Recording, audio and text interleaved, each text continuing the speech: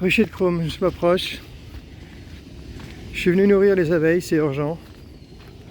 J'ai préparé des galettes de candy qui sont plus faciles à poser.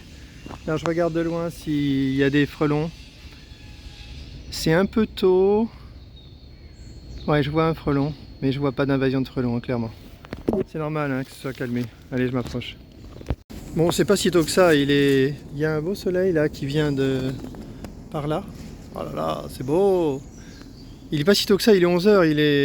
Je me suis levé tard parce que j'ai bossé jusqu'à au moins 2h du mat encore. Là, un frelon qui traîne, là, ça s'est super calmé. Hein. Ça me rassure là. Là, il n'y a plus de frelons. Ouais, un frelon qui arrive, un à gauche là. Mais c'est que dalle. C'est que dalle. On le voit d'ailleurs ici, les frelons qu'il y a là. Ils bougent pas beaucoup, ça c'est des frelons d'hier, ceux-là je pense. C'est pas des frelons d'aujourd'hui. Ça bouge pas beaucoup.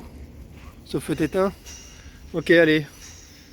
Donc j'ai vu que je sais qu'il y a des gens qui réagissent sur le site. Moi je pourrais jamais répondre. Si les tubonautes me font des commentaires kilométriques, je pourrais pas y répondre. Hein.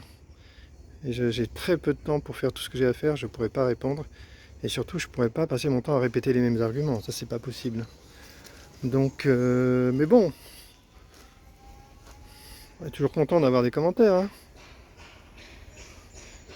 Et puis c'est sûr que les apiculteurs vont pas apprécier ce qu'on fait sur cette chaîne et l'apiphilie en général. Il y a un petit côté, il y a un petit côté contradictoire entre l'apiphilie et l'apiculture, faut le reconnaître. On n'a rien contre les apiculteurs. Ils pensent bien faire, ils pensent être les amis des abeilles. En fait, c'est pas vrai.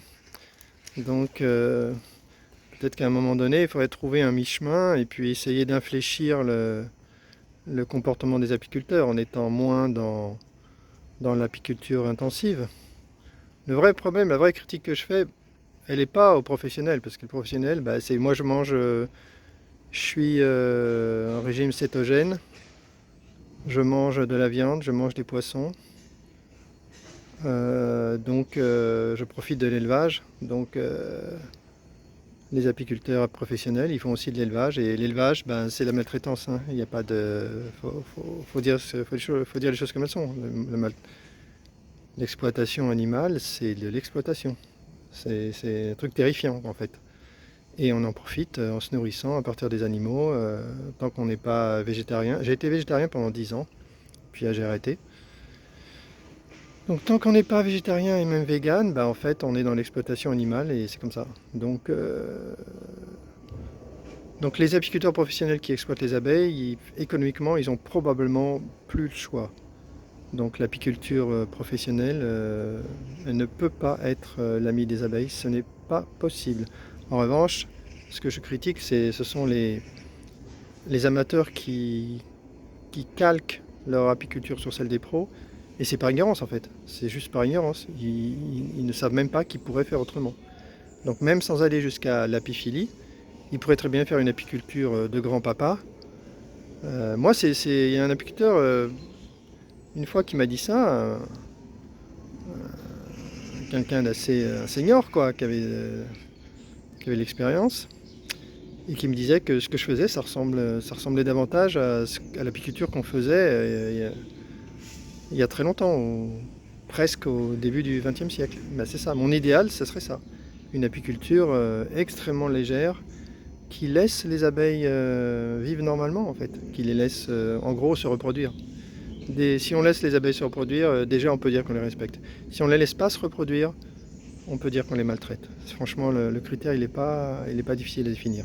Allez, hier soir, j'ai pas eu le courage d'amener du sucre, je vais le faire aujourd'hui. Au moins là, je peux... je vais voir, j'espère qu'en ouvrant et en donnant du sucre, je ne vais pas à nouveau attirer les frelons. C'est ça le risque en fait. Hein. Allez, petite pause et je mets mes galettes de sucre sur les couvre cadres. Sur les cadres plus exactement. Allez, rapidement, voilà, j'ai mis les morceaux de sucre. Mes galettes mes galettes se sont collées, j'ai plus de galettes. Donc c'est pas grave, j'ai du candy qui est de bonne consistance. Allez, je referme très vite. Clairement, il faut que j'en mette beaucoup plus que ça, je vais aller en faire du candy. Allez, même chose ici. C'est facile à étendre, à épandre le candy, donc c'est plutôt pas mal cette consistance. Je sais comment la faire maintenant, je vais faire vite. C'est fait, c'est rapide.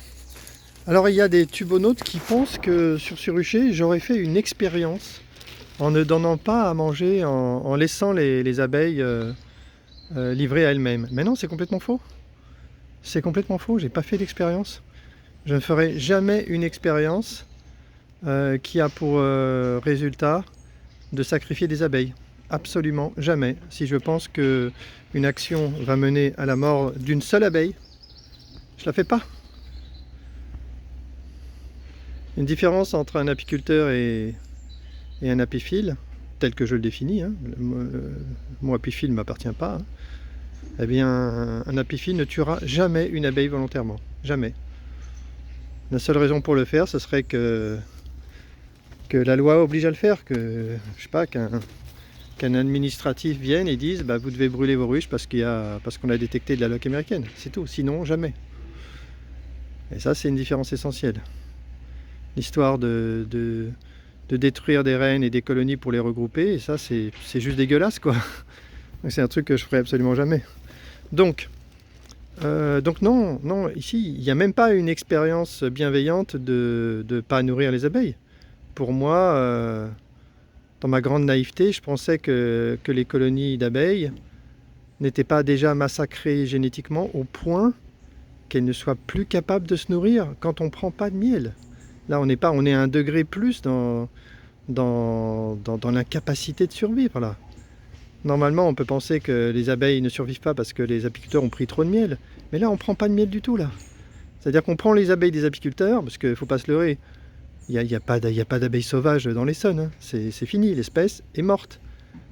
Faut arrêter de parler d'affaiblissement de l'espèce abeille.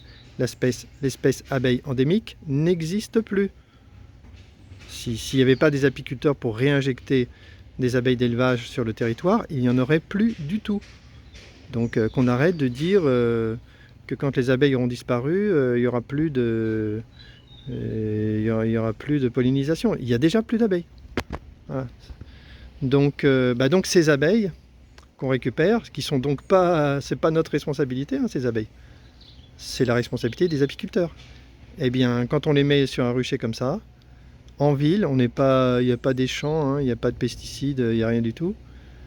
Et puis les riverains, là, les gens de plus en plus ont compris qu'il ne fallait pas mettre des produits trop méchants.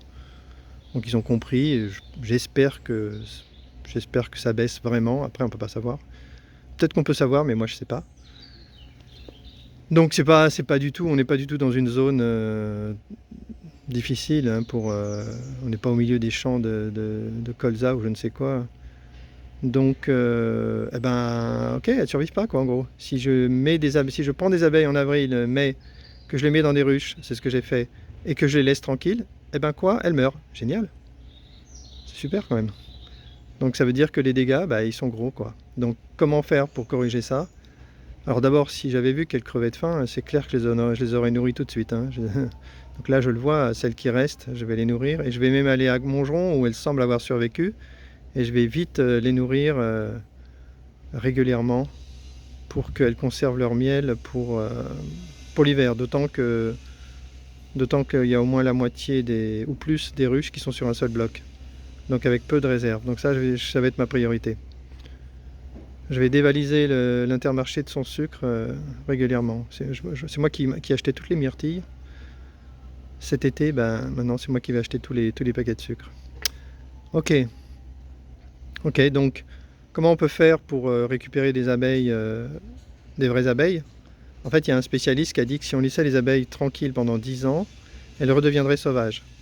Moi, j'ai pas 10 ans, hein, donc il va falloir que je récupère pas 70 essaims par an, mais le double ou le triple, ou le maximum, et que justement, c'est mon projet Apis mellifera naturalis, et je vais les disséminer dans tout mon secteur en faisant de plus en plus d'adeptes de l'apiphilie.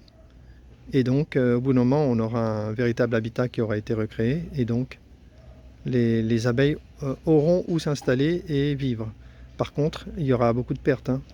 Je crois qu'il y a des expériences où il y avait des expériences pour voir par rapport au varroa comment les abeilles pouvaient s'adapter, et le gars il a mis des dizaines de colonies sais plus où, et puis bon bah je crois que c'était une ruche sur 10 qui survivait et qui finissait par s'en sortir. Voilà, donc c'est ça en fait. Il faut s'attendre à ce genre de catastrophe. Donc là, quand sur un rucher de 6 ruches, il y en a peut-être qu'une seule qui va survivre, et encore, je crois pas, ben, c'est un taux normal en fait. Voilà, ça c'est le travail de l'apiculture. Voilà, un massacre. Mais c'est pas grave. C'est pas grave, on va multiplier les essaims et avec la sélection, ce qui va être une sélection naturelle, eh bien, un certain nombre de colonies vont survivre malgré tout, parce qu'il y a quand même encore des abeilles, génétiquement, elles sont encore capables, certaines, de trouver les ressources, par chance. C'est le principe de la sélection naturelle.